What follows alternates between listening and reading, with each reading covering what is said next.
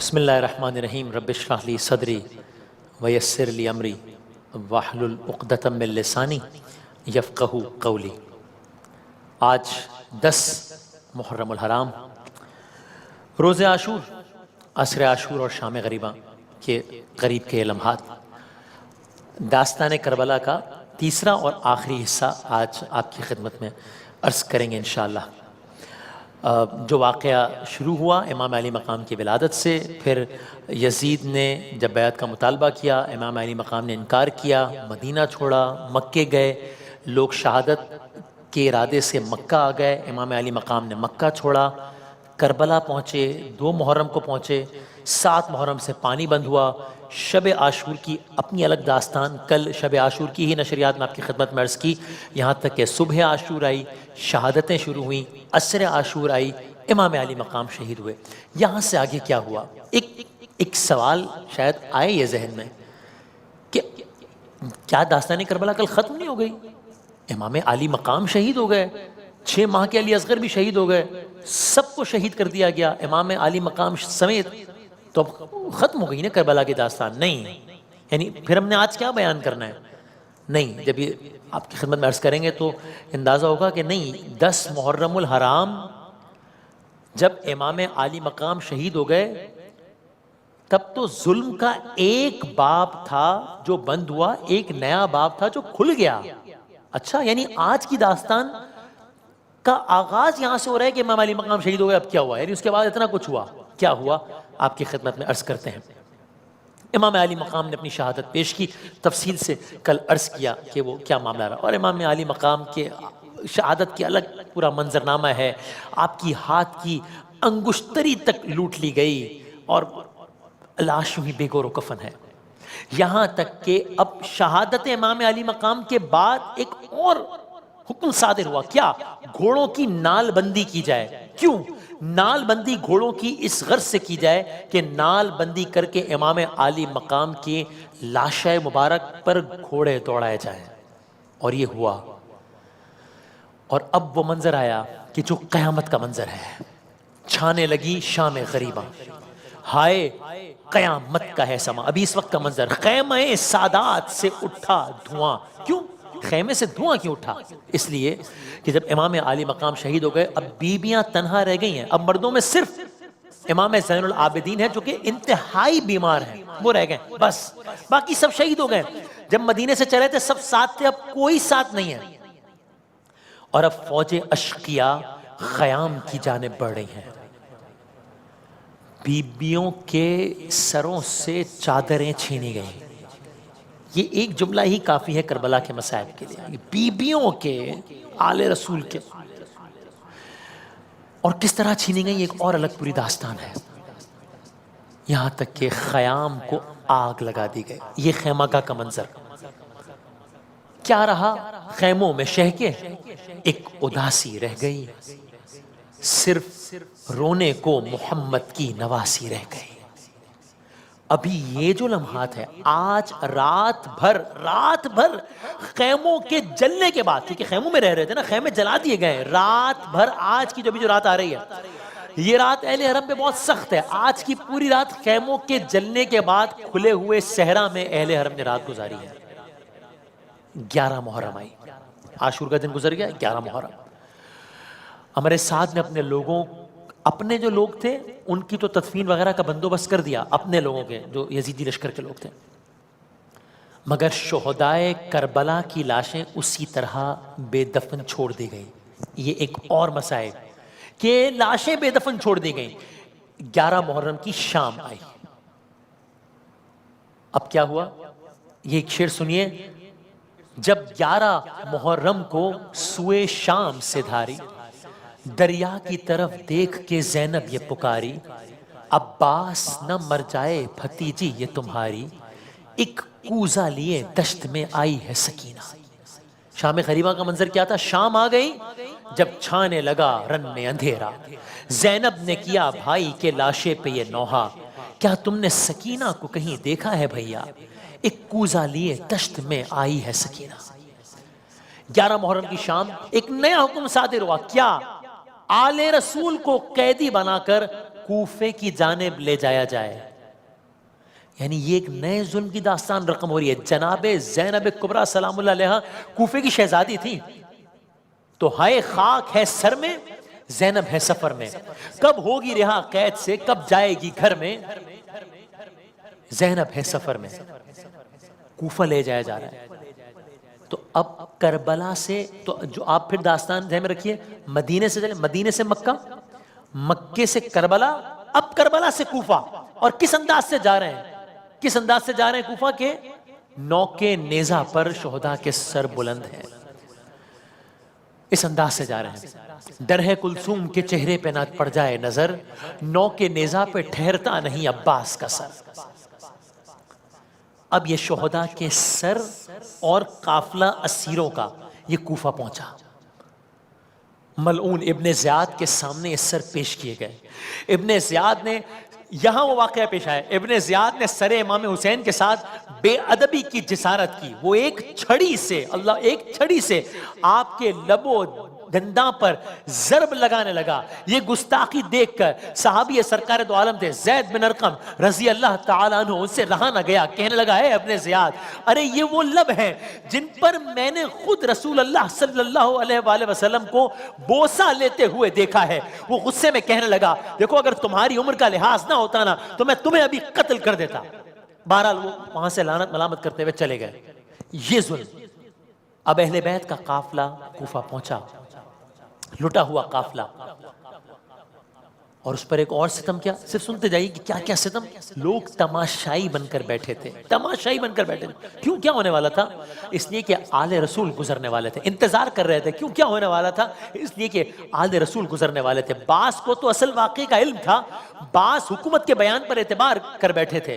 وہ سمجھتے تھے, کہا یہ جا رہا تھا کہ مخالفین اسلام کی ایک جماعت ہے جسے پسپا کر دیا گیا ہے, باغیوں کا ایک لشکر ہے جسے پسپا کر دیا گیا ہے, ان کے اہل و عیال کا قافلہ آ رہا ہے. تو ہوا کیا, شادیانوں کی آوازوں کے ساتھ, شادیانوں, باقاعدہ ایک سیلیبریشن والا ماحول بنایا گیا.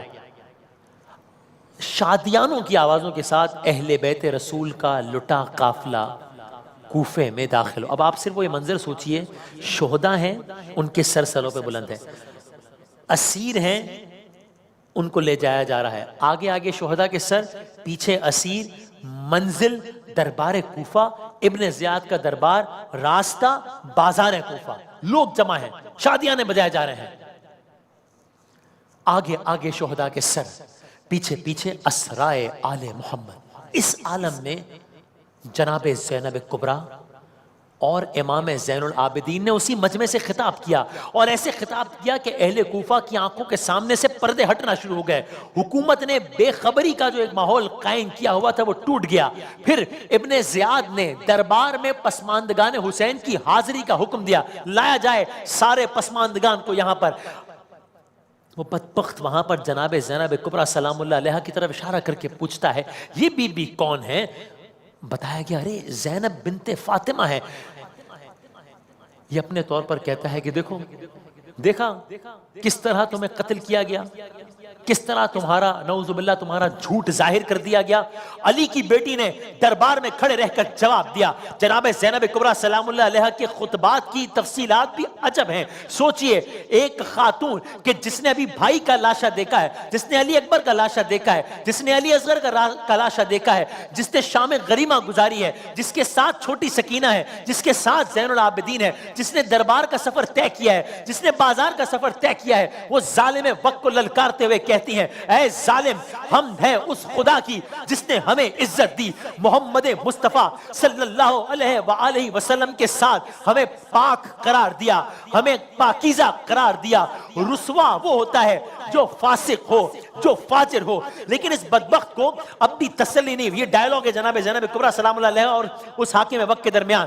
وہ جناب زینب کا دل دکھانے کے لیے بدبخت کہتا ہے, دیکھا تمہارے ساتھ کیا ہوا, دیکھا تمہارے بھائی اور دیگر عزیزوں کے ساتھ کیا کیا گیا, کیا گزری ہوگی جناب زینب کبریٰ کے دل پر. مگر متانت کے ساتھ جواب دیا, ارے اگر تو یہ کہنا چاہتا ہے کہ خدا نے ہمارے ساتھ کیا کیا تو سن, میں نے تو جو دیکھا اچھا ہی دیکھا ہے. یہ شہدائے کربلا وہ خاصان خدا تھے جن کے لیے شہادت کا رتبہ لکھ دیا گیا تھا. وہ اپنے پیروں سے چل کر قربان گاہ کی طرف گئے اور وہ دن بھی دور نہیں جب پیش خدا تیرا اور ان کا مقابلہ ہوگا اور تجھ کو اپنے کرتوت کا جواب دینا ہوگا. علی کی بیٹی دربار میں خطاب کر رہی ہے. اب یہ بدبخت امام حسین کے فرزند امام زین العابدین جو وہیں دربار میں موجود ہیں ان کی طرف متوجہ ہوا. یہاں تک کہ قصہ مختصر، یہاں تک کہ اس نے یہ حکم صادر کیا علی بن حسین کو قتل کر دیا جائے. زین العابدین عبادت کرنے والوں کی زینت. علی کی بیٹی دوڑی. جب یہ حکم صادر کیا ظالم نے، جناب زینب کبریٰ سلام اللہ علیہا دوڑی، بھتیجے سے لپٹ گئی اور کہا کہ نہیں، علی کی بیٹی کے ہوتے ہوئے یہ نہیں ہو سکتا، پہلے زینب کے ساتھ یہ عمل انجام دینا پڑے گا، پہلے مجھے قتل کر دو پھر علی بن حسین کے ساتھ کچھ کیا جا سکے گا. جناب زینب کے اس انداز کے بعد وہ اپنے ارادے سے باز آیا علی کی بیٹی کا جلال دیکھ کر. کہا ٹھیک ہے، وہ اپنے اس ارادے سے باز آیا. بیمار کربلا نے، امام زین العابدین نے ابن زیاد کو للکارتے ہوئے کہا اے ابن زیاد، ہمیں موت سے ڈراتا ہے، قتل ہونا ہماری عادت ہے، شہادت ہماری سعادت ہے. دربار ابن زیاد میں آواز سید سجاد گونج رہی ہے، یہاں تک کہ اس نے دربار برخاست کر دیا. تو کیا اب داستان ختم ہو گئی؟ نہیں، اب بھی داستان ختم نہیں ہوئی. کیوں؟ دربار برخاست کیا لیکن اہل حرم کو قید خانے میں ڈالنے کا حکم دے دیا. قید خانے میں ڈالنے کا حکم دے دیا. کیا یہاں داستان ختم ہو گئی؟ نہیں، ابھی ظلم ختم نہیں ہوئے. یہ جو میں نے عرض کیا کہ کربلا کے بعد ایک اور کربلا ہے. دوسرے دن ابن زیاد کے حکم سے سر امام حسین کو کوفے کے کوچہ و بازار میں پھرایا گیا. دن گزرتے گئے یہاں تک کہ ایک نیا حکم صادر ہوا. اب یزید نے حکم دیا کہ ان قیدیوں کو دمشق روانہ کر دو، شام لے آؤ. ایسا ہی کیا گیا. اب یہ قافلہ کوفے سے شام جا رہا ہے. پھر سوچئے، مدینہ، مدینے سے مکہ، مکے سے کربلا، کربلا سے کوفہ، کوفے سے شام. کس عالم میں جا رہا ہے؟ نیزوں پر سر ہیں، عابد بیمار کی گردن میں توق ہیں، اور جان بوجھ کر عراق سے دمشق جانے کا وہ راستہ اختیار کیا گیا جس میں آبادیاں زیادہ پڑتی تھیں تاکہ لوگ دیکھیں، اور سیدانیوں کے سروں پہ ردائیں نہیں ہیں. قافلہ شام پہنچا. وہاں کے بازار خاص اہتمام سے سجائے گئے تھے. مجمع اتنا تھا کہ آفتاب نکلنے کے ساتھ ہی داخل ہونے کے باوجود زوال کے وقت دربار یزید پہنچ سکتے تھے. یعنی ظاہر ہے جب بھی کہیں کراؤڈ زیادہ ہوتا ہے تو موومنٹ سلو ہو جاتی ہے. اتنا زیادہ مجمع تھا. اور کہتے ہیں کہ جب یہ قافلہ شام داخل ہو رہا تھا، اسیروں کا قافلہ، شہدائے کربلا کے خانوادے کا قافلہ، گھرانہ سرکار دو عالم صلی اللہ علیہ وآلہ وسلم کی مستورات کا قافلہ، خواتین کا قافلہ. کہتے ہیں جب یہ قافلہ شام داخل ہو رہا تھا تو وہ بدبخت یزید اپنے محل کی چھت سے اس کا نظارہ کر رہا تھا. آج بھی شام میں وہ عمارت، وہ دربار یزید کی عمارت محفوظ ہے. ایک بڑا دربار، وہ جگہ بھی محفوظ ہے کہ جس جگہ پر یزید کا تختہ، وہ مقام بھی موجود ہے کہ جہاں پر جناب زینب کبریٰ سلام اللہ علیہا اور سارے اسیر کھڑے تھے اور جناب زینب کبریٰ مخاطب ہوئی تھی. آج بھی انسان اس جگہ کو دیکھے تو ہل جائے کہ آج کے دور کے اعتبار سے بھی وہ اتنی بڑی عمارت ہے کہ انسان حیران ہو جائے. قافلے کو دربار کے قریب روک دیا گیا. بہت دیر بعد اللہ اکبر، یعنی اہل حرم منتظر ہیں یزید بدبخت کی اجازت کے کہ وہ اجازت دے تو قافلہ اندر آئے. دربار کو باقاعدہ سجایا گیا تھا. کہا یزید شطرنج کھیل رہا تھا، ہاتھ میں جام تھا، نبی کی نواسی، علی کی دلاری، دربار میں یزید کے، اور یزید کا یہ عالم بدبخت کہتا ہے. اس نے اور بہت سارے کلمات کہے یزید نے اس وقت، بہت سارے کلمات کہے. علی کی بیٹی پھر کھڑی ہوئی جو کل کوفے کے دربار میں ابن زیاد سے مخاطب تھی، آج شام کے دربار میں یزید سے مخاطب ہے. وہ خطبہ دیا کہ یزید کے دربار کی بنیادوں کو کھوکھلا کر دیا. طویل خطبہ تھا. اس میں یہ بھی کہا اے یزید، کیا اسلامی غیرت، اس کی متقاضی ہے کہ تو اپنی عورتوں بلکہ اپنی کنیزوں تک کے لیے پردے کا اہتمام کرے اور رسول کی نواسیوں کو قید کر کے در بدر پھرا۔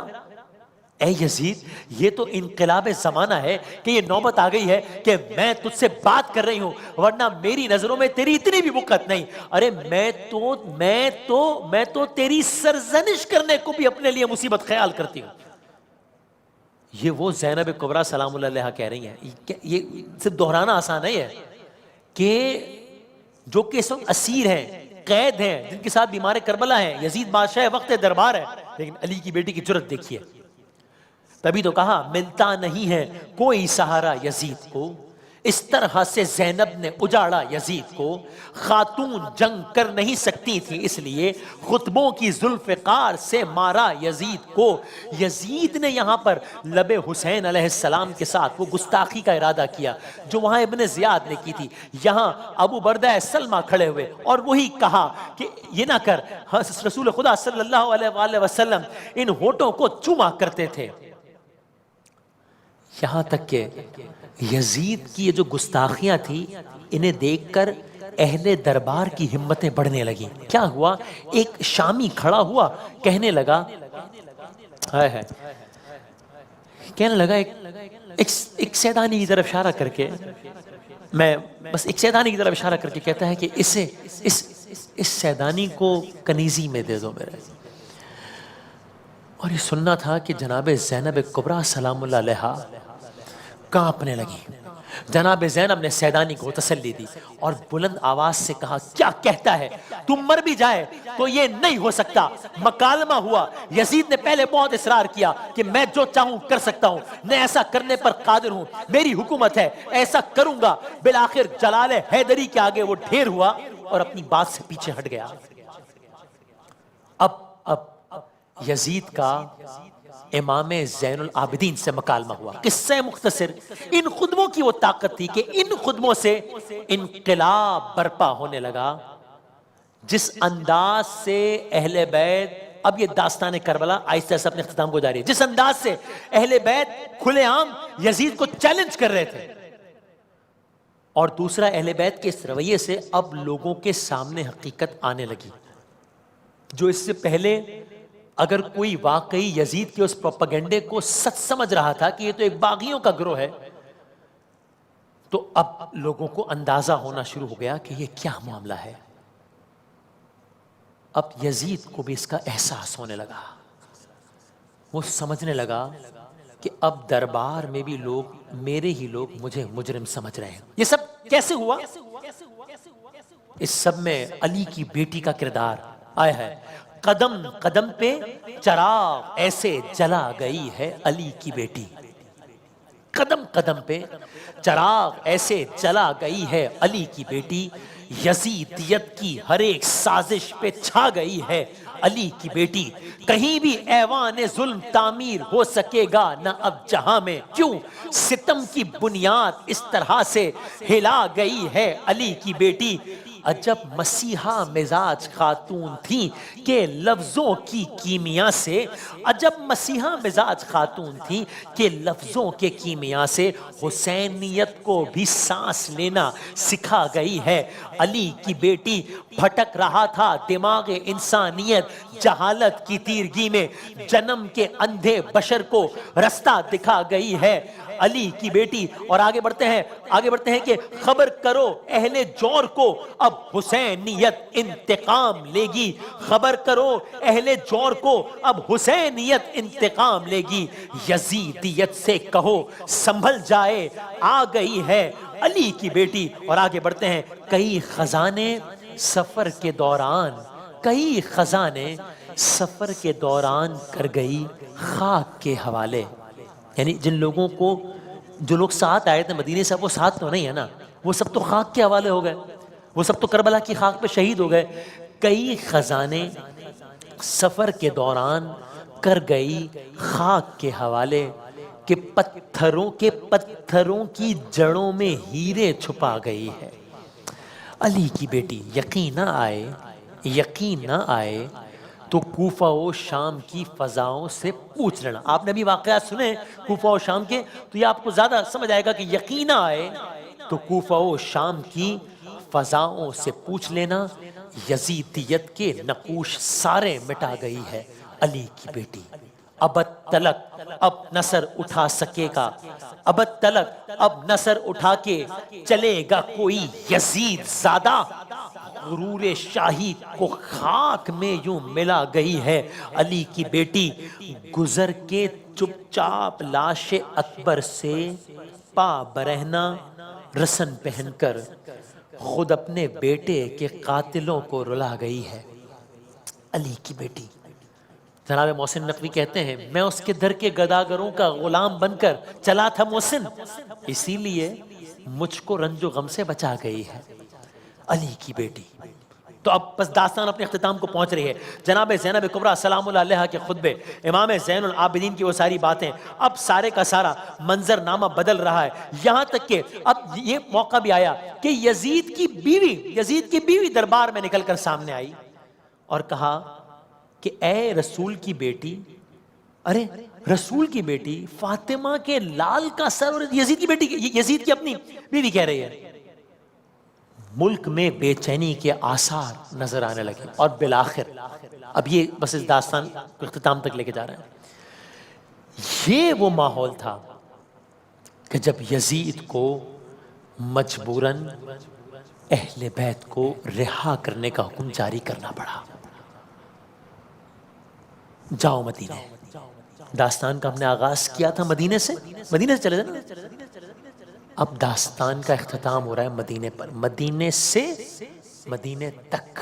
کربلا کا واقعہ کربلا سے کربلا تک نہیں ہے, مدینے سے مدینے تک ہے. آزاد رہا کرنے کا حکم دیا. اب آپ سوچئے جب چلے تھے مدینے سے, کبھی ایسا ہو, اللہ نہ کرے کبھی ایسا ہو کہ ایک خاندان کے لوگ ساتھ ایک جگہ سے چلے ہوں, سفر پہ گئے ہوں, اور راستے میں کسی کا انتقال ہو گیا اور پھر واپس آ رہے ہوں. تو جب واپس آئیں گے تو ان کو یاد آئے گا نا کہ جب ہم نکلے تھے سب ساتھ نکلے تھے, اور ابھی کس طرح واپس آ رہے ہیں, اس کے بغیر واپس آ رہے ہیں. یہاں پہ ایک نہیں, دو نہیں, 72 لوگ اب نہیں رہے. نہیں, غلط کہا میں نے, 72 نہیں, اس سے زیادہ. کیوں؟ جناب سکینہ بھی نہیں رہے. اسی دوران میں شام کے زندان میں ان کی بھی شہادت ہو گئی. لیکن ظاہر دامن میں گنجائش نہیں ہے, تو ہم نے بہت سارے واقعات کی طرح اس کو بھی چھوڑ دیا.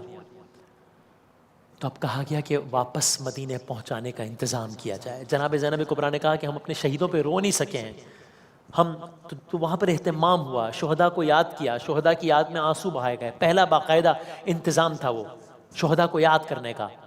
اب قافلہ دوبارہ مدینے جا رہا ہے. اس منظر کے لیے آپ کو وہ زحمت دی تھی میں نے جب کہا تھا کہ جب مدینے سے نکل رہا ہے, تو میں نے عرض کیا تھا کہ قافلہ آپ ذہن میں رکھیے گا کس شان سے جا رہا ہے, کہ فرزند کمر بستہ چکو راس کھڑے ہیں, نالین اٹھا لینے کو عباس کھڑے ہیں. اب کیا ہے, اب جب یہ قافلہ واپس جا رہا ہے اور جب مدینے پہنچ رہا ہے, تو ایک لٹا ہوا قافلہ ہے جو کہ مدینے پہنچ رہا ہے. اب مدینے میں ایک کوہرام برپا ہے, مدینے میں ایک کوہرام برپا ہے. کل مدینے سے روانہ ہوتے ہوئے امام علی مقام روضہ سرکار دو عالم صلی اللہ علیہ وآلہ وسلم پر گئے تھے. آپ کو یاد ہے 8 محرم داستان شروع کی تھی, میں نے یہ عرض کیا تھا کہ ابھی حج کے ایام گزرے, آپ نے مدینہ و مکہ کی بہت مناظر دیکھیں, یہیں کا سلسلہ آگے بڑھائیں. اختتام بھی یہیں پر ہے کہ کل سرکار دو عالم صلی اللہ علیہ وآلہ وسلم کے روضے پر امام علی مقام گئے تھے الوداع کہنے. آج جناب زینب کبریٰ آئی ہیں سرکار دو عالم صلی اللہ علیہ وآلہ وسلم کے روضے پہ. بس داستان کا اختتام ان کچھ اشعار پر کرتے ہیں. جناب زینب کبریٰ, شاعر کے خیال میں جناب زینب کبریٰ سلام اللہ علیہ گویا شہر مدینہ سے مخاطب ہوئی اس انداز میں, اور پھر روضہ رسول خدا صلی اللہ علیہ وآلہ وسلم سے مخاطب ہوئی اس انداز میں. پہلے سنیے کہ جب شہزادی مدینے آئی ہوں گی تو کیا کہا ہوگا, کس عالم میں چلی تھی, کس عالم میں آئی ہیں. عجب نہیں کہا ہو, جنگل میں بھرے گھر کو لٹا آئی ہے زینب, جنگل میں بھرے گھر کو لٹا آئی ہے زینب, اے شہر مدینہ. بس عابد کو کسی طرح بچا لائی ہے زینب, کیونکہ ایک جناب عابد بیمار بچے ہیں نا, باقی تو مردوں میں کوئی نہیں بچا. عابد کو کسی طرح بچا لائی ہے زینب, اے شہر مدینہ، جس شہر میں شہزادیوں کی طرح رہی تھی، نازوں سے پلی تھی، سر ننگے اسی شہر سے ہو آئی ہے زینب کوفے سے۔ اے شہر مدینہ، ڈھارستی بہت بھائی کو جس بھائی کے دم سے، ڈھارستی بہت بھائی کو جس بھائی کے دم سے دل پھٹتا ہے غم سے، ساحل پہ اکیلا اسے چھوڑ آئی ہے زینب۔ حضرت عباس، اے شہر مدینہ، اپنے بچوں کا تذکرہ کر کے کہا ہوگا، تھے اون و محمد جو میری آنکھوں کے تارے، ماموں کے دلارے، قربان انہیں بھائی پہ کر آئی ہے زینب۔ اے شہر مدینہ، تھا اکبر ناشاد جو اس گھر کا اجالا، وہ گیسوں والا، مدینے میں سب کے گھر تھے نا، سب کے گھر دیکھے ہوں گے، سب کے گھروں کی ویرانی دیکھی ہوگی۔ ارے تھا اکبر ناشاد جو اس گھر کا اجالا، وہ گیسوں والا، مرقد میں اکیلا اسے چھوڑ آئی ہے زینب۔ اے شہر مدینہ، آج بھی عراق میں تحریر آویزہ ہیں، السلام علیکہ یا جبل الصبر، یا جبل صبر، صبر کا پہاڑ جناب زینب کبریٰ کو کہا جاتا ہے، ام المصائب کہا جاتا ہے جناب زینب کبریٰ کو۔ کہا نادم ہے بہت لا سکی قاسم کو نہ ہمراہ، واہ حسرت و دردا، کبریٰ کو مگر ساتھ میں لے آئی ہے زینب۔ اے شہر مدینہ، منظر وہ بھلا سکتی نہیں تا دم آخر، منظر وہ بھلا سکتی نہیں تا دم آخر، ہے کہنے سے قاصر کیا جو شام کے دربار میں دیکھ آئی ہے زینب۔ اے شہر مدینہ، اے شہر مدینہ، اور بندھوا کے رسن ہاتھوں میں، اور خطبے سنا کر، گھر بار لٹا کر، دیوار بڑے کفر کی ڈھا آئی ہے زینب۔ اے شہر مدینہ، جو ہجر پدر میں رہی، جناب سکینہ کے بارے میں کہہ رہی ہیں کہ جو ہجر پدر میں رہی، ہر وقت پریشان، سوئی نہیں ایک آن، اس بچی کو زندہ میں صلح آئی ہے زینب۔ اے شہر مدینہ، ضمیر اختر نقوی صاحب کے اشعار۔ تو یہ کہا ہوگا جناب زینب کبریٰ نے مدینہ منورہ سے، اور یہ کہا ہوگا نانا کے روزے پر، جب امام علی مقام روزہ چھوڑ رہے تھے تو کہا تھا تیرے شہر سے جاتے ہیں، دے ہم کو دعا نانا، آباد کریں گے ہم اب کرب و بلا نانا۔ اور جب روزے پر جناب زینب کبریٰ آئے ہوں گی، کہا ہوگا روزے پہ مصطفیٰ کے اداسی سی چھائی ہے، کیوں کنبے کو کھو کے زینب ناشاد آئی ہے۔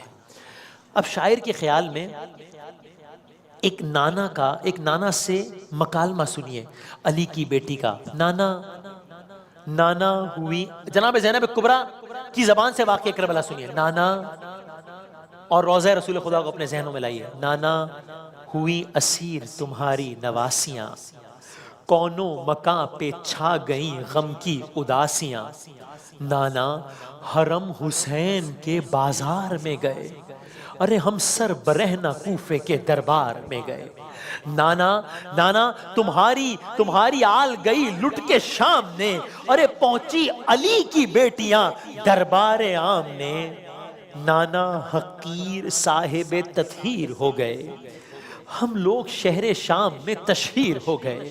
جناب علی اکبر کا تذکرہ کرتے ہوئے کہتی ہیں، نانا تمہاری شکل کا فرزند ایک جو تھا، کھا کر سنا جگر پہ وہ محروبی چل بسا، نانا کٹا کے شانوں کو عباس مر گئے، غربت میں بھائی جان کو بے آس کر گئے، غربت میں بھائی جان کو بے آس کر گئے۔ اور آپ نے بھی وہ واقعہ سنا، یہ شعر میں سنیے، اتنے میں ایک شامی نے نانا غضب کیا، اتنے میں ایک شامی نے نانا غضب کیا، اور اس سیدانی کو کنیزی میں اس نے طلب کیا، ہوتی تھی لاکھ ذلتیں ہم دیکھتے رہے، رو رو کے تازیان ستم جھیلتے رہے، نانا زمین کرب و بلا لال ہو گئی، قاسم کی لاش گھوڑوں سے پامال ہو گئی، نانا بلا کے بن میں قیامت کا رن پڑا، بھائی سے بھائی باپ سے بیٹا بچھڑ گیا۔ اور نانا اسیر 12 تھے اور ایک تھی رسن، پھروایا ہم کو مثل گنہگار خستتن، نانا ہم اپنے حال پہ روتے تھے زار زار، نانا ہمارے حال پہ ہنستے تھے بدشیار، ایک ایک کا نام پوچھتا تھا بانی ستم، نانا بتاتا جاتا تھا شمرے جفا ستم، ارے یہ زینب ہنسی ہے وہ کلثوم دل فگار، انگلی اٹھا اٹھا کے دکھاتا تھا بدشیار، اور زینب جو رو کے کرتی تھی قبر نبی پہ بین، گویا تھرا رہا تھا روضہ سلطان مشرقین، بس ختم کر نثار یہ غمناک داستان کربلا اختتام پذیر ہو رہی ہے، بس ختم کر نثار یہ غمناک داستان، روتے ہیں اس ستم پہ زمین اور آسمان۔